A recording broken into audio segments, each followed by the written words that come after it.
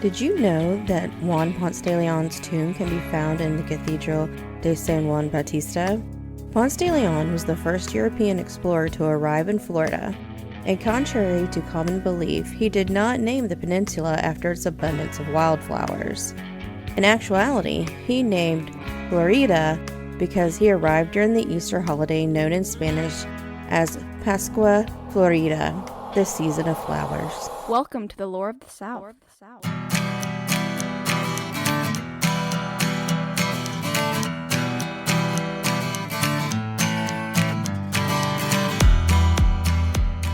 Welcome back to Lore of the South with me, Kelly Cruz.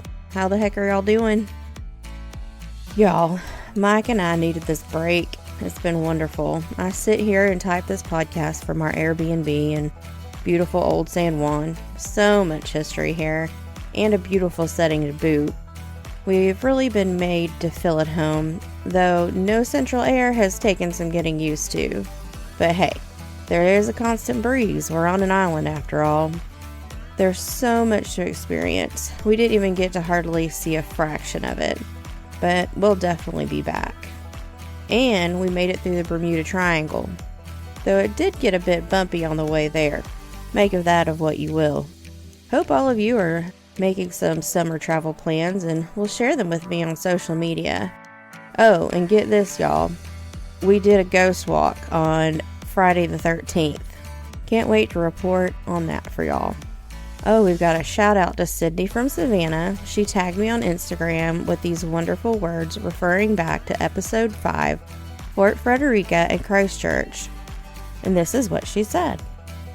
This is one of the most beautiful churches I've ever been in, and I would have never heard of it if not for listening to Lore of the South podcast. The way she tells her stories are amazing. I binged all the episodes in 3 days. Y'all go look for her on Instagram under The Needle Woman. She's an amazing seamstress and costume designer. Give her a follow. I did. Today's history-making news comes from Texas Public Radio. Laura Young purchased a bust for $35 at an Austin Goodwill, intending to put it up for sale in her antique store. But the more she examined it, the more she became convinced that she stumbled upon an ancient work of art. She then contacted a London auction house who confirmed her suspicions, and further blew her mind by telling her they believed it to be Roman and from the 1st century CE, and that it was the likeness of the Roman general Pompey. But how did a 2,000-year-old Roman bust end up in a Texas Goodwill? Well, apparently it was a war trophy, brought home by a returning soldier, and Young now realized she was in possession of a looted piece of art. So what to do?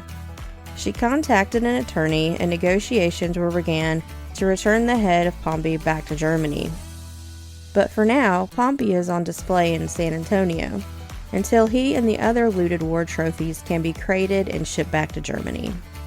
Before we get into the spooky, I want to give y'all a brief history of a community living on the literal edge of San Juan, that of La Perla, where the city's outcasts were sent to live and fend for themselves. La Perla is a nearly completely independent community that is caught between the city wall and the Atlantic Ocean. In any other place in the U.S., this strip of land would in no way be allowed to stand as it is. It would have been bulldozed and developed by rich men long ago. In fact, many have tried, but the citizens don't give in. But anyway, back to La Perla. The little community is nestled between the cemetery of Santa Maria Magdalena, which is located at the base of Del Morro, the older of the two forts on San Juan, and runs the length of the city wall all the way down to Fort Cristobal. La Perla was first formed when a slaughterhouse was built along the water's edge in the 1700s. The workers soon built up homes close to their workplace. Then they were soon joined over the next 100 years by ex-slaves and non-whites who worked in the homes in different businesses around San Juan, or on farms or the dockyards nearby. You see, Spain had a law that said ex-slaves and non-whites, which could mean indigenous peoples or maybe other foreign workers that had been brought to the island as cheap labor, could not reside within the protected city walls of San Juan. So these people banded together and formed their own community of La Perla. So Spain effectively walled off those that it considered lesser. Even today, there are only 4 entrances/exits down to the beach side, sometimes called a shanty town. A couple of the points of entry are as old as the ancient city wall itself. It's rumored that La Perla is a dangerous place and tourists shouldn't venture down there without knowing someone from the neighborhood. But things are starting to change. There are legit tours being offered of La Perla. If you take one, just be respectful. Don't be snapping pics of people's maybe less than amazing homes, but do enjoy a drink and take in the art of the little community. Just stay aware and don't go alone. I will repeat what our cab driver mentioned to us about La Perla when he picked us up for our super early flight back to the mainland. He told us that the gates to La Perla used to be locked after a certain time of night, and you'd have to show a pass to get in and out of the little community. This is so scary on at least 2 fronts. Do the authorities consider it so dangerous down there that they have to lock them in? Or what if there was a fire or something and the people were trapped down there? I can't even imagine what Maria was like for them. Anyways, I hope the Perla community stays strong and things improve for them, and the families there don't eventually have to sell to some developer. Now on to episode 44, the spooky side of paradise.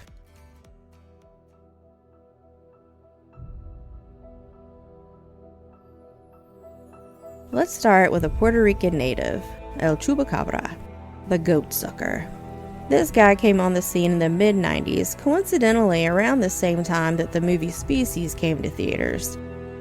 And maybe not so coincidentally, was described to look a lot like the alien from said movie.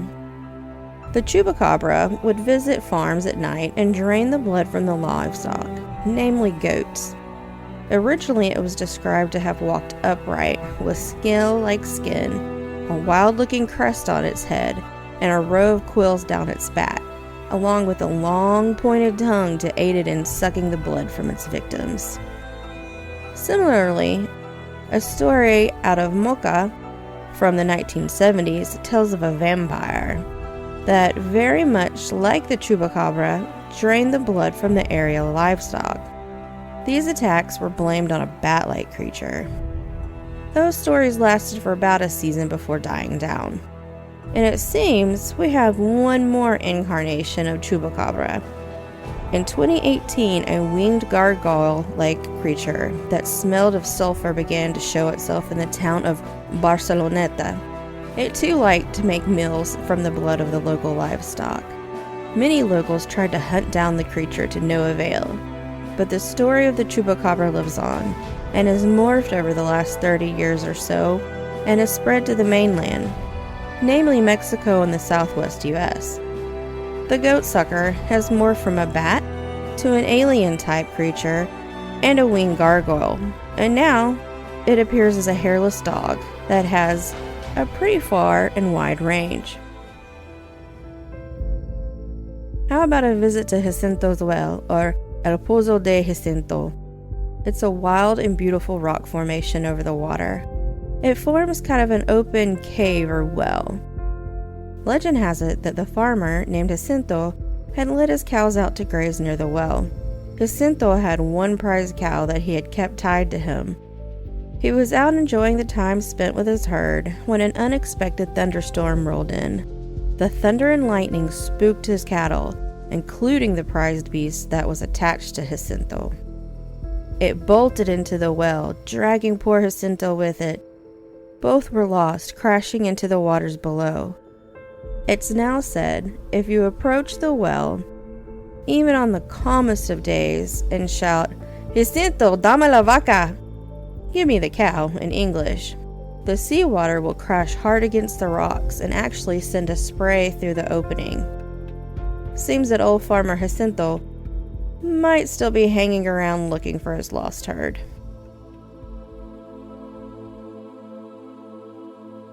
In 1753, a young man named Baldazars was racing his horse down Cristo Street in San Juan, or as we have learned, it is Calle Cristo. In his day, the street ended in a dead drop-off of a cliff face. Legend says he prayed to be spared as he and his horse plummeted to their deaths. It's said that Baldazar was saved by an angel, and he had a chapel erected in the saint's honor that spared his life. But in actuality, the two, Baldazar and his horse, both died when they crashed into the rocky grounds below. And the chapel was built at the end of the road to prevent any such accidents from happening again. And y'all, we found the chapel. Now, it's the place for pigeons to gather and for the tourists to feed them. It's not in the greatest bit of repair, but I'll be sure to include pictures of this life-saving chapel and the drop-off behind it. In 1797, Sir Abercrombie and 10,000 troops, I'm sure there weren't all gaunt, shirtless boys that fill their catalogs every year, and he probably left old Fitch at home. But anyways, they set about attacking the port city of San Juan. Puerto Rico had long been sought after as a gateway to the riches of the New World. The citizens and the church leaders alike feared that they would be outnumbered and overrun by the Protestant British. So the priests led a torchlit procession through the streets of Old San Juan. The English just off the coast, seeing all of these torchbearers, feared it was the Spanish reinforcements, and turned sail and made for British territory. The event has been commemorated with a statue, and you can also see it in our social media.